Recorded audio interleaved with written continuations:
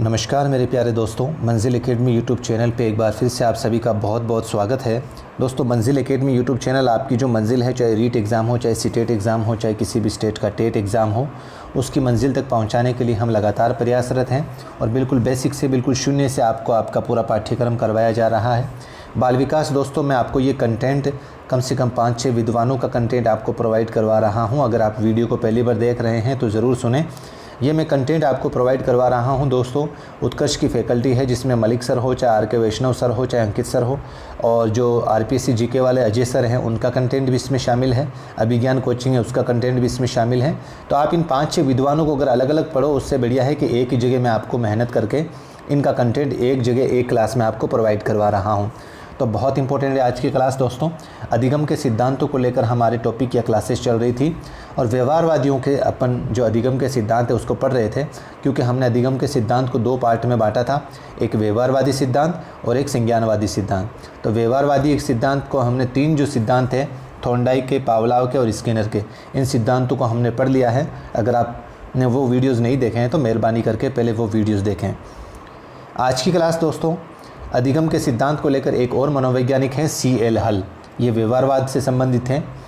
इनका पूरा नाम देखें C.L. हल का तो क्लार्क लियोनार्ड हल, और ये अमेरिका के रहने वाले थे। इनकी एक बुक्स का नाम है principle of behaviour, principle of behaviour, और इनके सिद्धांत का जो नाम था वो पुनर्बलन का सिद्धांत। दोस्तों, इससे पहले अगर मैं आपको याद दिला दूं, जो स्किनर का सिद्धांत था उसके अंदर पुनर्बलन ये शब्द है, इस पे बहुत महत्व दिया गया है, ये ध्यान रखना। इस शब्द पे सिर्फ अपने सिद्धांत में प्रयोग किया है वो पुनर्बलन है, और इस सिद्धांतों में इस्तेमाल किया है तो वो C.L. हल ने किया है। ये ध्यान रखना दोस्तों, 1915 के अंदर। दोस्तों, इस सिद्धांत के भी उपनाम है आवश्यकता पूर्ति का सिद्धांत या आवश्यकता अवकलन। अवकलन का मतलब आवश्यकता का उतार चढ़ाव। चालक न्यूनता का सिद्धांत, सबलीकरण का सिद्धांत, प्रबलन या प्रोत्साहन का सिद्धांत या रेनफोर्समेंट थ्योरी, और गणितीय अधिगम का सिद्धांत। ये इनके उपनाम थे सिद्धांत के दोस्तों। यहाँ पे ये ध्यान रखना दोस्तों, अब्राहम मैस्लो का एक सिद्धांत आगे पढ़ेंगे हम, जिसमें आवश्यकता का सिद्धांत उन्होंने भी दिया है। यहाँ पर आपके एक नाम आया है ना, आवश्यकता पूर्ति का सिद्धांत या आवश्यकता अवकलन।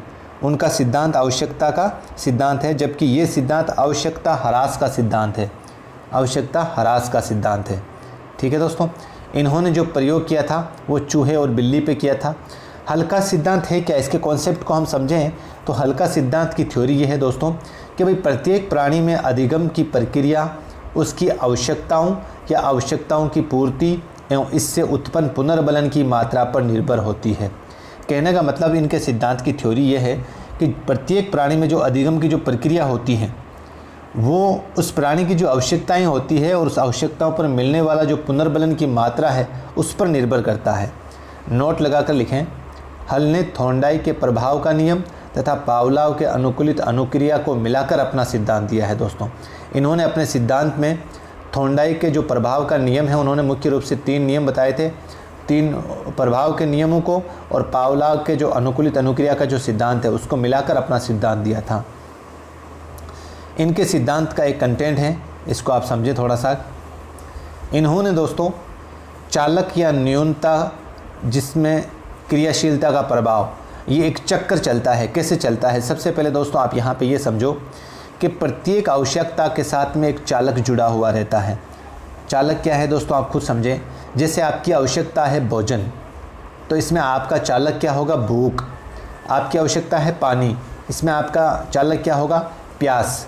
आपका जैसे नींद, आपका जो आवश्यकता है नींद, तो उसमें आपका चालक क्या होगा? विश्राम। तो और चालक का कार्य क्या होता है दोस्तों? लक्ष्य की ओर दौड़ना, यानी कि चालक प्रोत्साहन की ओर ले जाता है। तो चालक समझ में आ गया दोस्तों। तो इस चक्कर में अगर हम समझें तो ये जो चालक है, ये चालक जब व्यक्ति की आवश्यकता पड़ेगी, कोई भी किसी व्यक्ति को आवश्यकता पड़ती है, तो आवश्यकता उस चालक का निर्माण करती है किसी भी व्यक्ति के अंदर उस चालक की पूर्ति के लिए। तो जब व्यक्ति के अंदर चालक का निर्माण हो जाता है तो उस चालक को प्राप्त करने के लिए अभिप्रेरणा कार्य करती है। अभिप्रेरणा उसकी हौसला अफजाई करती है, और अभिप्रेरणा ही उस चालक को समाप्त करने के लिए समायोजन स्थापित करेगी। समायोजन स्थापित हो जाता है। अब जितने देर समायोजन स्थापित रहता है तो उस टाइम तक चालक समाप्त हो जाता है, लेकिन जैसे ही ये समायोजन समाप्त हुआ समस्थापन की कमी वापस हो जाती है और फिर से दोबारा यही चक्कर चलता है व्यक्ति के अंदर। आप दोबारा समझे दोस्तों, सबसे पहले किसी व्यक्ति को मान लो कोई आवश्यकता होती है, तो वो आवश्यकता उस व्यक्ति के अंदर चालक का निर्माण करती है और ये चालक अभिप्रेरणा के रूप में कार्य करता हुआ समायोजन स्थापित कर लेता है। यानी कि उस चालक को, जब चालक शांत हो जाता है तो समायोजन स्थापित हो जाता है, लेकिन जैसे ही चालक ये समायोजन समाप्त हुआ वापस से उस प्राणी के अंदर समस्थापन में कमी होने लग जाती है और फिर से दोबारा ये क्रम चलता रहता है। इस तरीके से ये चक्कर दिया था। हल्के सिद्धांत की जो शब्दावली है उसको समझे हम, तो एक तो जैसे ड्राइव नाम आया जो चालक के रूप में हमने भी पढ़ा, तो ये चालकता अधिगम का सबसे महत्वपूर्ण तत्व है इस सिद्धांत के अंदर। CL हल का जो सिद्धांत है इसमें जो अधिगम का सबसे महत्वपूर्ण तत्व माना है चालक को, और इंसेंटिव मोटिवेशन यानी कि जो आंतरिक अभिप्रेरणा है, यानी कि चालकता के कारण प्राणी में आंतरिक अभिप्रेरणा उत्पन्न होती है जिससे अधिगम में तीव्रता आती है। क्योंकि जब अभिप्रेरणा ही जागृत नहीं होगी किसी कार्य को लेकर तो फिर अधिगम की कहाँ प्राप्ति होगी। फिर आता है दोस्तों हैबिट या हैबिट स्ट्रेंथ, जिसे बोलते हैं पूर्व आदतें या पूर्व अधिगम। और एक और शब्द इन्होंने इस्तेमाल किया है इनहिबिशन, जिसे प्रतिषेध बोलते हैं। पुनर्बलन के अभाव के कारण अधिगम प्रक्रिया में रुकावट उत्पन्न हो जाती है। इनहिबिशन का मतलब होता है प्रतिषेध।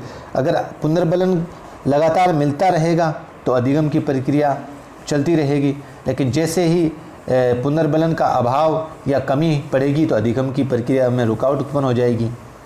स्किनर ने एक, यहाँ पे ये इंपॉर्टेंट लाइन है दोस्तों, इस सिद्धांत को लेकर स्किनर ने एक कोटेशन दी है कि अधिगम के साहचर्य से संबंधित सिद्धांतों में हल का सिद्धांत सबसे सर्वश्रेष्ठ है।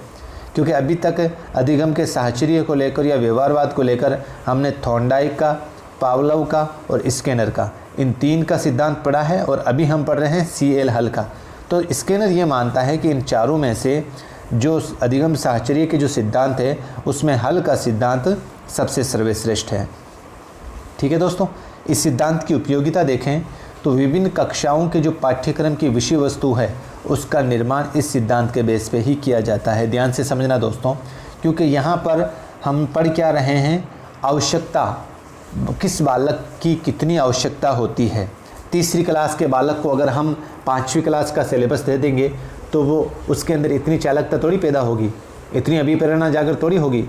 तो इसका मतलब विभिन्न कक्षाओं के पाठ्यक्रम की विषय वस्तु का निर्माण इसमें किया जाता है, प्रोत्साहन पर बल दिया जाता है और चालक के महत्व को स्पष्ट करता है ये, प्लस सकारात्मक पुनर्बलन पर महत्व देता है और आवश्यकता के महत्व को स्पष्ट करता है, आवश्यकता के महत्व को स्पष्ट करता है।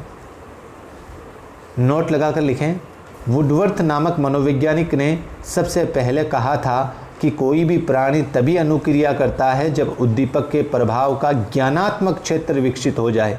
थॉर्नडाइक ये मानते हैं, वुडवर्थ ये मानते हैं कि जब सबसे पहले उन्होंने क्या बोला था कि कोई भी प्राणी तभी अनुक्रिया करता है जब उद्दीपक के प्रभाव का ज्ञानात्मक क्षेत्र विकसित हो जाए।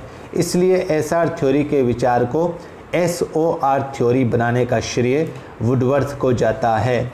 क्योंकि दोस्तों SR थ्योरी जो स्टिमुलस या रेस्पॉन्स, स्टिमुलस रेस्पॉन्स जो थ्योरी है जिसको हमने थॉर्नडाइक के सिद्धांत के रूप में पढ़ा था, तो इसके अंदर स्टिमुलस रेस्पॉन्स, तो इसको SOR थ्योरी जो बनाने का श्रेय वो किसको जाता है, वुडवर्थ। SOR थ्योरी मतलब stimulus organism response, stimulus organism response. तो ये नोट इस बात में, इसको भी आप ध्यान रखना दोस्तों। तो दोस्तों आज ये CL हल का इम्पोर्टेंट सिद्धांत हमने पढ़ा था। दोस्तों इन सिद्धांतों से जो भी जुड़े हुए सवाल हैं, इस यूनिट को जैसे ही पूरी होगी, इस यूनिट को हमने 3 पार्ट में डिवाइड किया है इसके क्वेश्चन आंसर को लेकर। पहले पार्ट में हम जो इस यूनिट से आए हुए जितने सवाल हैं उसको हल करेंगे, और दूसरे में जो अभी मॉडल पेपर बने हुए हैं उसको हल करेंगे, और तीसरा जो विद्वानों के जो इम्पोर्टेंट प्रश्न हैं जिनके आने की संभावना इस साल, उनको हम इस बार हल करेंगे। 3 यूनिट के अंदर इसके प्रश्नों को हमने बांटा है। तो आप यूं ही क्लासेस को देखते रहें, वीडियोस को, अपने टॉपिक्स को क्लियर करते रहें, जैसे ही ये यूनिट ख़त्म होगी बहुत ही बेहतरीन अंदाज में हम इनके क्वेश्चन आंसर हल करने वाले हैं। अगर आप इस कंटेंट को अच्छे से पढ़ लोगे तो आपको उन प्रश्नों को हल करने में बहुत आसानी होगी। तो कैसा लगा मेरा कंटेंट आज का, अपना कीमती मशवरा कमेंट बॉक्स में ज़रूर दें। अगर आपका कोई सुझाव हो क्लास को लेकर तो भी कमेंट ज़रूर करें। और अगर क्लास पसंद आई है तो मेहरबानी करके चैनल को दूसरे लोगों तक पहुंचाएं, ज़्यादा से ज़्यादा लाइक करें, शेयर करें। मिलते हैं एक नए क्लास के साथ। जय हिंद, जय भारत।